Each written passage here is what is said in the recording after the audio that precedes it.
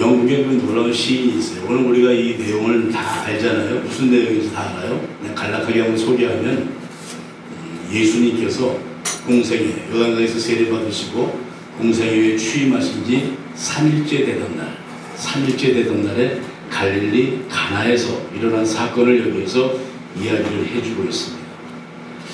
갈릴리 가나에서 어떤 일이 있었냐 하니까 여기 보니까 혼례의 청함을 받았다. 결혼식 초대받은 거예요. 근데 여기에 갔는데 포도주가 떨어졌어요. 그러니까 예수님께서 여기에서 다시 뭐 이러이러한 일들이 진행되는 과정 가운데 다시 포도주를 만들어 주셨어요.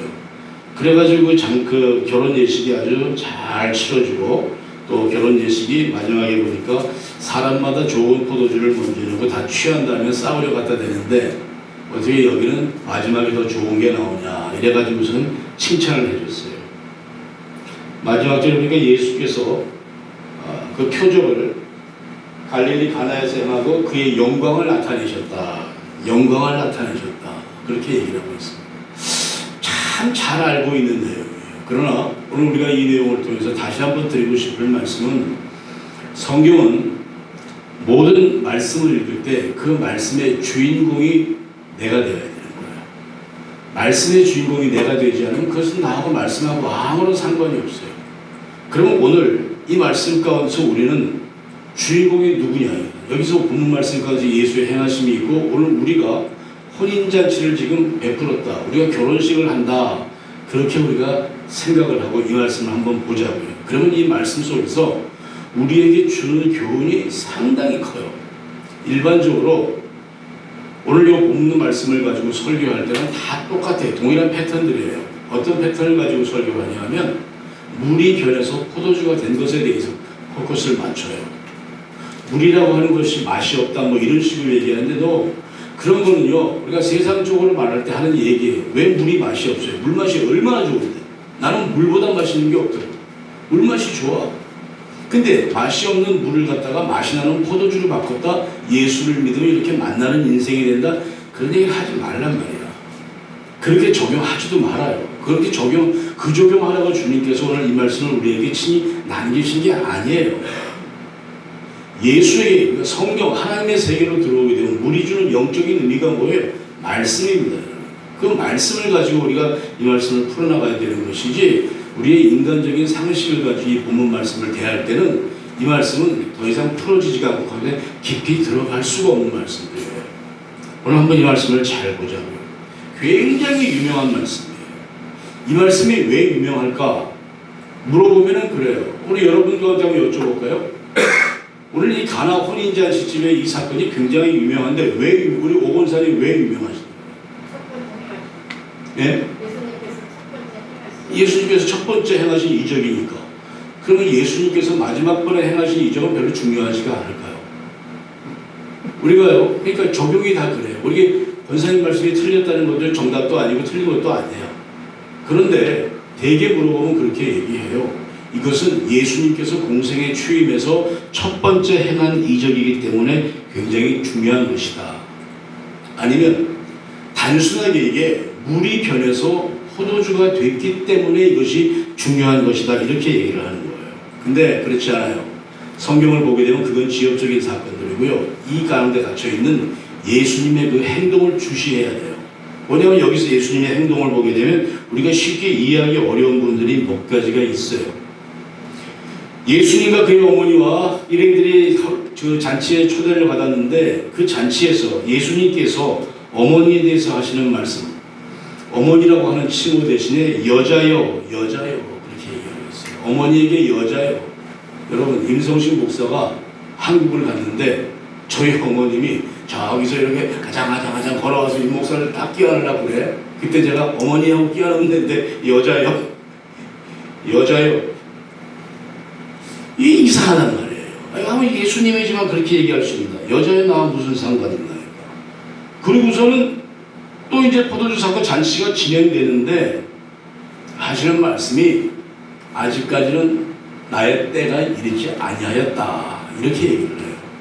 이게 일반적인 잔치 자리에서 나올 수 있는 그런 이야기들은 아니에요. 근데 이게 왜 이 이야기가 여기에 나왔나? 또 한 가지. 가나 혼인잔치집에서 잔치가 열리는데 여기에서 보게 되면 이 요한복음의 증거 분명히 말하기를 첫째 날과 둘째 날이 지나고 사흘 되던 날 가나의 혼인의 잔치가 있어. 사흘이라고 하는 이 단어가 또 우리에게 주는 의미를 우리가 알아야 됩니다. 어떻게 연장시키냐면 사흘째 되는 날 주께서 어떻게 되십니까? 부활의 사건이 일어나는 거예요. 사흘째 되던 날 가나의 혼인잔치집의 사건이 일어났어요.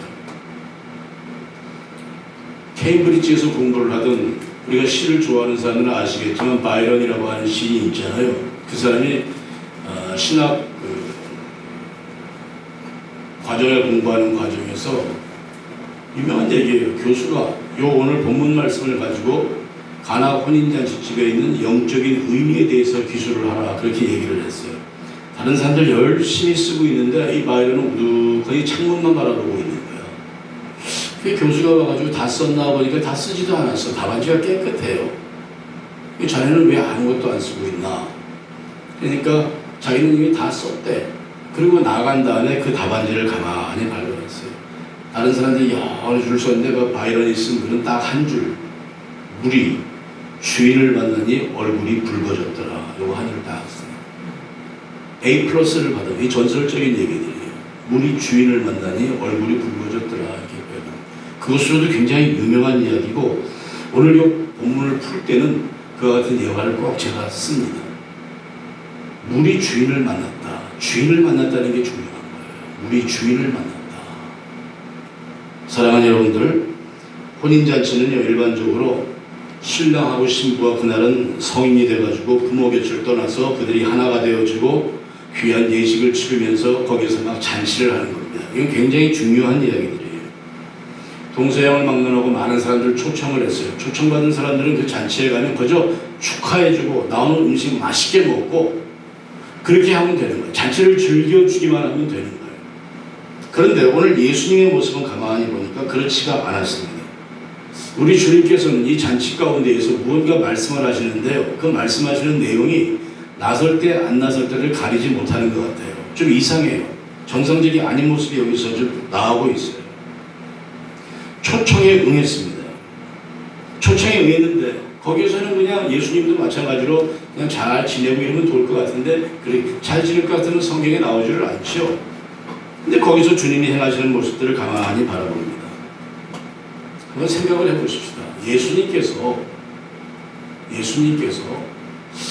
뭐 할 일이 없어가지고 지나가다가 가나 혼인잔치 집에 들렸을까?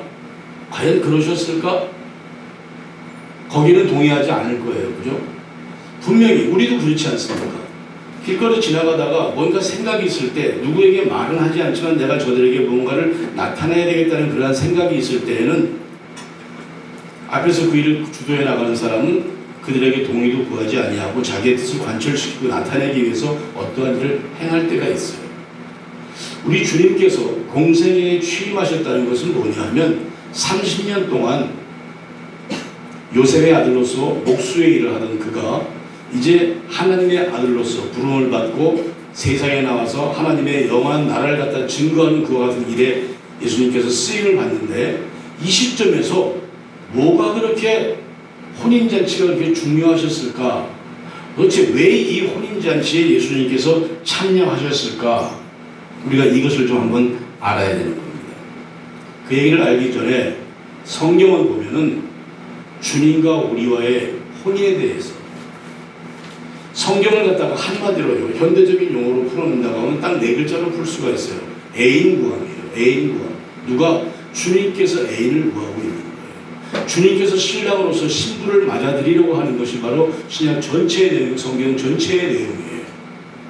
주님께서 하늘 보좌 버리시고 이 땅 가운데 오셨을 때는 주님께서 우리 안에 거처를 삼기 위해서 오신 거예요.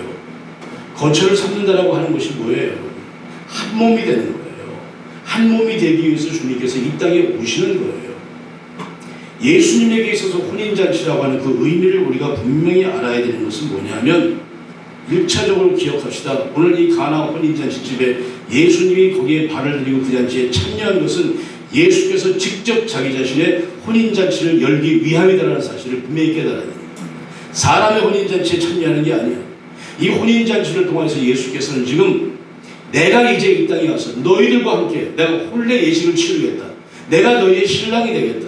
예수님 스스로가 혼인잔치의 주인공이 돼가지고 거기서 신랑이 되기를 원하는 모습을 우리가 여기서 분명하게 발견을 해야 됩니다.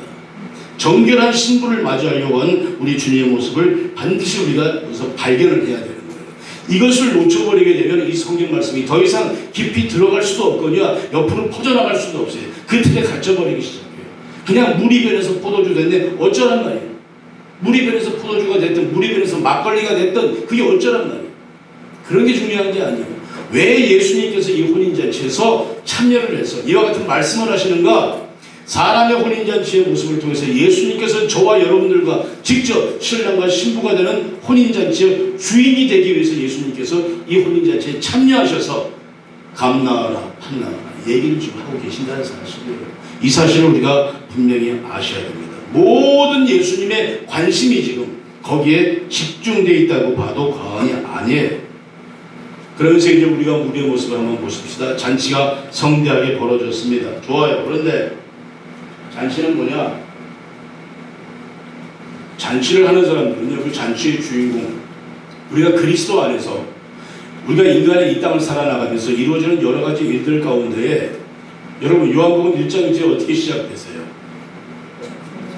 우리 로고스에 엔아르케 엔호 로고스 태초의 말씀이 계십니다. 그 말씀이 그 태초의 말씀이 우리 가운데 오기 위해서 우리와 하나 되기 위해서 그렇기 때문에 첫 번째로 보여주는 이적이 바로 하나님의 영광을 나타내는 이적이 혼인잔치의 예식을 통해서 우리와 하나 되는 예수 그리스도를 나타내시는 거란 말이에요. 그래서 이 혼인잔치의 예식이 있는 거예요. 근데 우리들은 어떻습니까? 잔치가 완전히 우리만의 잔치가 되고 마는 거예요. 예수님은 오늘 우리가 봐도 우리가 무엇을 행할 때 그 잔치의 주인공으로 예수님을 모신 적이 없어요. 항상 우리가 모든 잔치의 주인공이 되어가지고 그 잔치를 이뤄나가요. 거기에 예수님은 단순히 그냥 게스트예요. 손님이야. 왔나 안 왔나. 와주시면 참 좋겠어요. 그래가지고 예수님께서 그냥 그 잔치에 초청돼서 아무것도 할 수 없는 그런 자리에 우리 주님을 놔두고 있었습니다.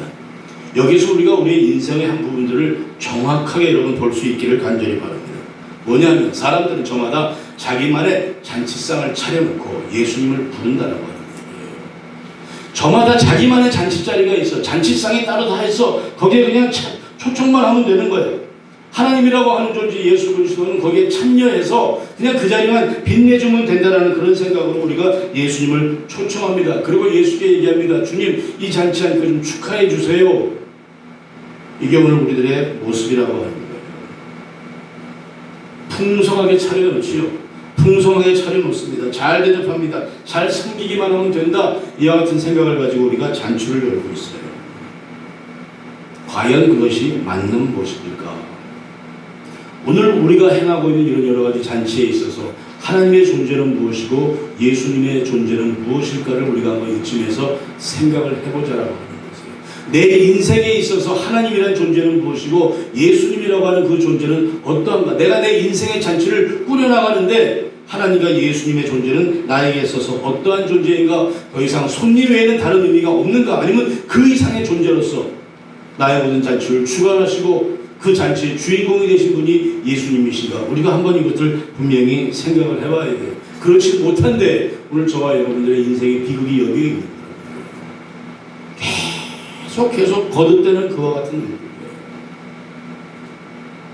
혼인잔치에는 여러분 필요한 게 있었죠. 오늘 본문 말씀 보니까 포도주가 여기에서 필요했습니다. 반드시 포도주가 있어야 되죠. 그 포도주는 뭐냐? 혼인잔치에 흥을 돋구기 위한 거예요. 좀 더 기뻐지고 좀 더 노래하고 좀 더 즐거워지기 위해서 그 혼인잔치에 꼭 있어야만 되는 필수품이 여기서 포도주로 나오고 있어요. 그런데 우리가 또 하나 합시다. 인생들이 빚어서 먹는 포도주가 있는가 하면 우리 주님께서 친히 빚어주시는 포도주가 있다는 사실이에요. 그렇기 때문에 새 포도주와 헌 포도주를 언급하고 있는 거예요. 주님께서 빚어주시는 포도주가 무엇인가? 헌 포도주라고 하는 것이 뭐예요? 저와 여러분들이 만들어서 먹는 포도주는 그 언젠가 고갈되게 되어 있어요. 떨어지게 되어 있어요. 그런데요, 좋고 나쁘고를 떠나서 떨어지게 되어 있는 그 포도주를 가지고 우리가 오늘날 술 취해서 방탕하는 모습이 너무도 많이 있다는 사실입니다. 떨어질 수밖에 없는 것. 그게 뭐가 그렇게 대수라고 거기에 취해가지고들 우리가 그러고 있는가. 이러한 부분들을 우리가 종합적으로 한번 가장 기초적으로 우리가 한번 생각을 해봐야 돼요. 그래야 가나 혼인잔치집의 사건이 우리에게 의미가 있는 거예요. 물이 변해서 포도주가 됐다. 우리도 기도하면 물이 변해서 포도주가. 말 같지 않은 소리도 하지 말고 이 포도주의 잔치 속에서, 이 혼인잔치 속에서 하나님께서 우리에게 주시고자 하는 그것이 무엇인가 분명히 알아요. 사랑하는 여러분들, 우리가 주 앞에 고백하고 회개합시다. 우리 각자의 기호에 맞는 그 포도주, 어떠한 포도주를 가지고 내가 지금 즐기고 있는가 한번 우리가 여기까지 한번 생각을 해보십시다. 어떤 사람은 그것이 정치가 될 수 있고, 어떤 사람은 그것이 명예가 될 수 있고, 윤리가 될 수 있고, 도덕이 되고, 자기 의의가 될 수가 있고, 심지어 교회에 나와서 하나님을 섬긴다고 열심을 내는 그와 같은 우리 자신의 열심이 포도주가 될 수가 있다는 사실이에요. 떨어질 수밖에 없는 포도주예요. 떨어질 수밖에, 없어질 수밖에 없는 포도주예요. 아울러 앞서 말씀드렸지, 정말 진정한 나의 주인이 누구인가, 내 신랑이 누구인가를 좀 우리가 한번 생각을 해보죠. 내가 누구를 신랑으로 맞아가지고 지금 인생을 살아나가고, 누구를 신랑으로 맞아가지고 내가 그 잔치를 벌이고 있는가. 나에게 있어서 신랑이 무엇인가, 여러분들에게 있어서 신랑이 무엇입니까? 우리 오국란 권사님 무엇을 제일 의지하고 신랑처럼 의지하고 사세요? 주님. 할렐루야. 우리 오집사님.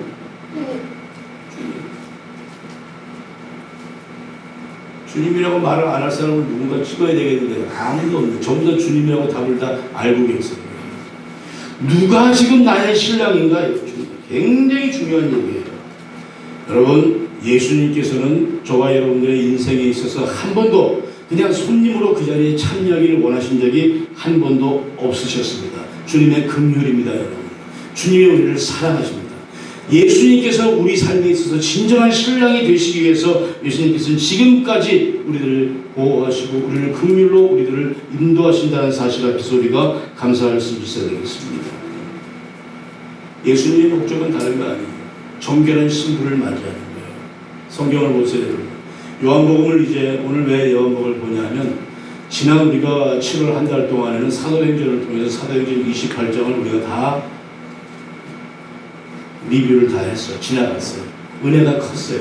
심령이 새로워지는 역사를 체험하고 마지막 때의 교회가 어떻게 이루어나가야 되는지에 대해서도 분명히 성경을 통해서 우리가 받은 교훈이 있습니다. 이제 다음 성경은 무엇을 볼까 고민하던 중에 학생들이 8월 26일날 도착하니까 26일 전에 끝날 수 있는 성경, 특별히 요한복음을 통해서 우리가 말씀이 우리 가운데 거하시고 내가 주님과 하나 되어서 영원한 생명에 참여하는 그 모습을 가지고 우리가 새로 시간을 하나님께 드려야 되겠다 생각을 합니다. 요한복음 1장서부터 이제 21장까지입니다. 지속적으로 이제 강의를 해나갈 텐데, 여러분 요한복음서는 잘 보게 되면 사복음서, 우리가 사복음을 얘기할 때 역사서라고 얘기하잖아요. 마태, 마가, 누가, 요한, 공관복음을 제외하고 마지막 역사서의 한 부분 요한복음에는 공관복음에 없는 내용이 무려 한 7, 80% 이상이 여기에 다 모여 있어요. 이게 중요한 거예요. 공관복음을 포함을 그렇게 하지 않아요. 요한복음의 구성은요, 이제 성경 들어가서 공부를 준비 미리 예습하세요. 7가지의 놀라운 이적을 통해서 하나님의 나라를 우리에게 나타내십니다. 그 이적마다 보여지는 그 사건들을 통해서 우리가 어떻게 하나님께 나아가야 되는가를 요한복음이 상세하게 우리들에게 얘기해 주고 있어요. 아침 예배에 참석하시는 분들은 다행이지만 그렇지 못한 분들도 주께서 이제 아침에 일어나면 오늘은 요한복음 1장이구나 2장이구나 이런 부분들에서 항상 성경을 읽고 같이 좀 참고할 수 있는 그런 시간이 되기를 간절히 바랍니다. 다시 말씀드립니다. 성경 책은 무엇이냐? 말씀을 드렸지만 조금 비약적인 말씀을 한다면 자기의 정말 귀한 애인을 찾는 그 애인 구함이라고 얘기했는데, 하나님의 어떤 진정한 그 애인을 찾고 싶은 하나님의 그 외로움의 모습이 아닐까. 그래서 이 혼인잔치의 모습을 여기에서 얘기하지 않았을까. 성경에는 보면 곳곳에 하나님께서 우리를 사랑하는 애인을 찾는 그 애인 구함에 대한 내용이 너무도 디테일하게 나와 있어요. 그것이 우리가 구약에서 그 유명한 송 오브 송 아가서입니다. 아가서의 내용을 잠깐 소개를 해드릴게요. 아가서의 3장 1절에서 4절을 제가 읽어드립니다. 내가 밤에 침상에서 마음으로 사랑하는 자를 찾았노라. 찾아도 찾아내지 못하였노라. 이에 내가 일어나서 성안을 돌아다니며 마음에 사랑하는 자를 거리에서나 큰 길에서나 찾으리라 하고 찾으나 만나지 못하였다. 성 안을 순찰하는 자들을 만나서 묻기를 내 마음으로 사랑하는 자를 너희가 보았느냐. 여인을 찾는 거야. 사랑하는 사람을 찾아서 막 밤거리를 헤매는데 찾을 수가 없어요. 어디에 있는지도 모르겠어요. 그러다가 보니까 순찰하는 사람들이 지나가길래 물어보는 거야. 성 안을 순찰하는 자들을 만나서 묻기를 내 마음으로 사랑하는 자를 너희가 봤느냐? 그들을 지나치자마자 마음에 사랑하는 자를 만났어요. 찾았어요. 그를 붙잡고 내 어머니 집으로 나를 잉태한 이의 방으로 가기까지 놓지 아니하였노라. 돌아온 탕자의 얘기도 한번 연상을 해보자. 얼마나 그 심령을 사랑하는 그 주인의 사랑이 여기에 아주 그냥 얼마나 진하게 녹아 들어가 있어요. 내가 밤에 나의 침상에서 내 마음에 사랑하는 자를 찾았노라. 이게 성경의 얘기예요. 아가서의 내용이에요. 아가서 5장 8절에 또 이렇게 기록이 되어 있습니다. 예루살렘의 딸들아 너희에게 내가 부탁한다. 너희가 내 사랑하는 자를 만나거든 내가 사랑함으로 병났다고 좀 전해주라. 병이 났다고 전해. 여러분 다 이런 병 알아보셨지요? 다 경험이 있으니까 아실 수 있을 거예요. 이어서 6장 1절에 갑니다. 여자들 가운데에서 어여쁜 자야 네 사랑하는 자가 어디로 갔는가? 네 사랑하는 자가 어디로 들어갔는가? 우리가 너와 함께 찾으리라. 애인을 찾기 위해서 예루살렘 거리를 방황하고 있는 그 모습을 우리가 여기서 상세하게 볼 수 있습니다. 너무도 이 사랑의 내용이 절절합니다. 이 절절한 사랑이 바로 주님과 여러분과 나와 우리 모두와의 관계 속에서 이루어지기를 간절히 부탁을 드립니다. 그 주님이 내 안에서 발견돼야 되는 거예요. 주님이 얼마나 나를 사랑하시는가, 내가 주님께 사랑하는 거 둘째 치자고. 그 주님의 그 긍휼과 사랑이 내 마음 가운데 나에게 어떻게 역사되고 있는가, 하루하루 일어나 숨쉬는 것만 해도 얼마나 이것이 중요한 일이에요. 그 주께서 우리를 사랑하시는 모습 중에 가장 기초적인 모습이에요.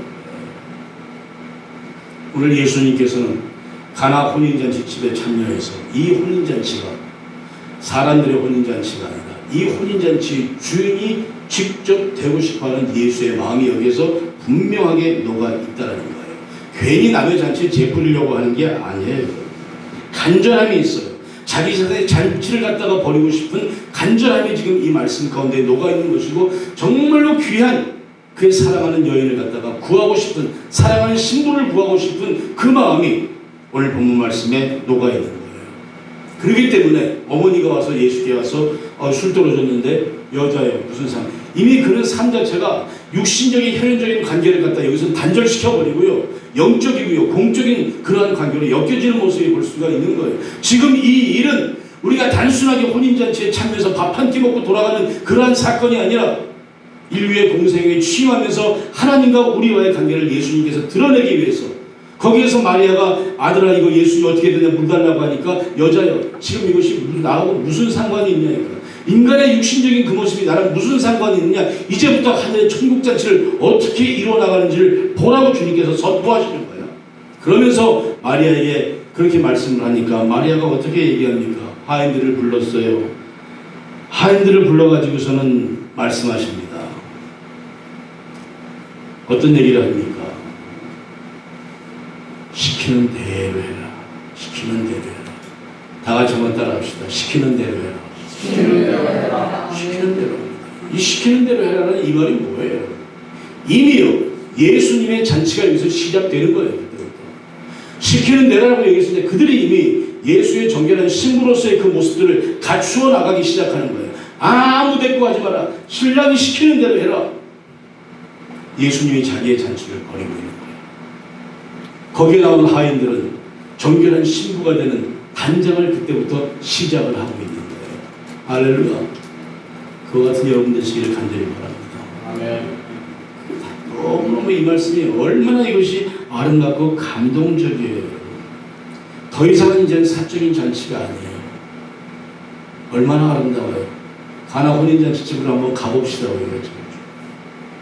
이스라엘의 그 열기가 얼마나 뜨거워요. 어저께 뒷마당에 앉아가지고 그저께 저 우리 이관사가 나한테 그래, 목사님 우리 저 뒤에 놀이터를 좀 어떻게 해서 좀 앉아보자고. 그래? 플라스틱 테이블 갖다 놓고 의자 갖다 놓고 거기서 모기 한 두방 물려가면서 앉아가지고 있으면서 하는 말이야. 여기다가 그늘방만 하나 치면 더 멋있겠다. 쫙 치고 그리고 여기서 우리 저녁마다 뭐라도 한 잔씩 먹으면서 대화하고 이러면 참 좋겠다. 뜨겁잖아요. 여러분 그 뜨거움 속에서 가나 혼인잔치가 얼마나 중요합니까? 아주 목이 타 들어가요. 시장도 했을 거야. 그런데 그 혼인잔치가 막 열려. 그 혼인잔치가 열려본다 한들 무슨 뭐 거대하게 바비큐 파티를 했겠어? 뭘 했겠어? 그냥 뭐 했습니까? 그러니까 음악 나오고 좋다고 거기에 예수님의 이름이 들어가는 거예요. 거기에 저와 여러분들이 함께 들어가는 거예요. 이 포도주가 뚝하니 떨어져 버렸네. 당황하는 거지. 예수의 어머니가 포도주가 떨어졌는데 뭐 어떻게 해야 되지? 그때 한 줄 같은 주님께서 하시는 말씀 들어보세요. 여자예요. 나랑 무슨 상관이 있나? 이야, 우리가 그 현장 속으로 들어가는 거예요. 지금 그 혼인잔치에 참여하는 거예요. 그러면서 예수께서 그 상황을 돌파하시는 모습을 보면서 거기서 우리가 예수의 영광을 보는 거예요. 하나님의 영광을 보는 거예요. 놀라운 얘기죠. 이 그림에 나와 있는 이거는 무슨 그림이에요? 혼인잔치. 네? 혼인잔치. 이게 가나의 혼인잔치가 아니라 메트로폴리탄 광장에서 막 지금 이러는 같은 분위기가 들어와요. 굉장히 좋아요, 여러분. 그때 이 일하는 하인들의 모습을 보죠. 일하는 하인들의 모습을 예수께서 말씀하시는 대로 물을 꽉 채운 돌 항아리에다가 물을 가득 채우라고 하니까 그들은 아무 얘기하지 않고 물을 가득 채워요. 이게 뭔 줄 아세요, 여러분? 이게 요한복음의 핵심이에요. 요한복음의 핵심. 물이 말씀이에요. 말씀으로 우리 자신을 꽉 아구까지 채우라고 하는 메시지가 요한복음에 그냥 깔려 들어간단 말이야. 이게 요한복음의 주제란 말이에요. 그걸 여기서 우리가 발견할 수 있어야 돼요. 오늘 저와 여러분들의 삶 가운데 말씀으로 주장되어지고 말씀이 꽉 차나가는 모습을 오늘 우리가 이 본문을 통해서 보는 거야. 그렇게 준비하는 자들이 누구냐? 예수의 정결한 신부가 되는 거예요. 예수의 정결한 신부는 다른 게 아니에요. 그의 말씀 가운데 말씀이 차 있는 자들이에요. 준비하는 자들이에요. 예수께서 지금 그 일을 이루어 나가시고 있어요. 하인들은 아무 말 하지 않아요. 결혼할 때 신부하자고 하듯이 하잖아요. 그 정결한 신부의 모습을, 단장된 그 신부의 모습, 더 나아갑시다. 지혜로운 처녀의 모습들, 이런 모습을 여기서 지금 막 이루어 나가는 거예요. 처음에 거기에 잔치자리에 손님으로 왔던 예수께서는 이제는 그거는 아무 상관이 없이 지금 예수께서는 자기 자신의 잔치를 여기서 지금 이루어 나가고 있는 사실이에요. 이 사실을 여러분 우리 마음 가운데 온전하게 깨달아지기를 간절히 바라요. 예수의 잔치야, 예수의 잔치. 그 잔치를 지금 이루어 나가는 거예요. 성경에서 다시 말씀드립니다. 피상적으로 접근하지 마세요. 물은요, 말씀을 의미하는 거예요. 말씀으로 우리 자신을 꽉 채워나가는 거예요. 그러면서 우리가 그 가운데서 물이 변해서 포도주가 된다. 쉽게 얘기하지 마. 물과 성령으로 거듭나는 역사를 요한복음이 우리에게 지속적으로 이제 얘기하게 되는 거예요. 그 역사를 갖다가 바라보게, 그 역사를 우리 가운데 보여주시기 위해서 지금 주님께서 가나 혼인잔치 집에 가셔가지고 이 모든 모습들을 우리에게 보여주신 겁니다. 태초에 말씀이 계시니라. 이 말씀이 하나님과 함께 계셨고 말씀이 곧 우리 가운데 들어오는 거예요. 말씀과 우리가 하나 되는 사건이 하나되는 사건, 혼인잔치의 사건. 이 하나됨의 사건을 얘기하기 위해서 요한복음에 이 규절이 지금 정확하게 들어가 있는 거예요. 단순하게 우리가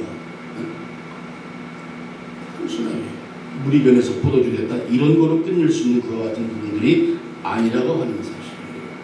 오늘 이 기적을 통해서 하나님의 아들 예수 그리스도, 그 영원한 생명, 그 예수 그리스도가 우리와 하나가 되는 놀라운 역사, 이것이 이제 앞으로 펼쳐지게 되는 요한복음의 모든 내용이라고 하는 사실이에요.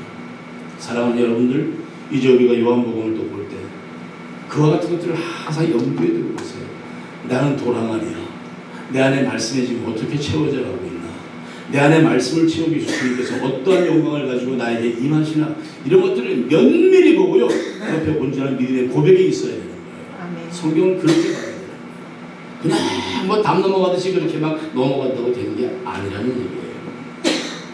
아구까지 꽉 채워진 물에서 정말로 귀한 참된 포도주를, 새로운 맛을 내는, 아주 좋은 맛을 내는 새 포도주를 막 빚어내는 사실, 그 사역들, 그가 내가 바로 될 수 있기를 간절히 바라요.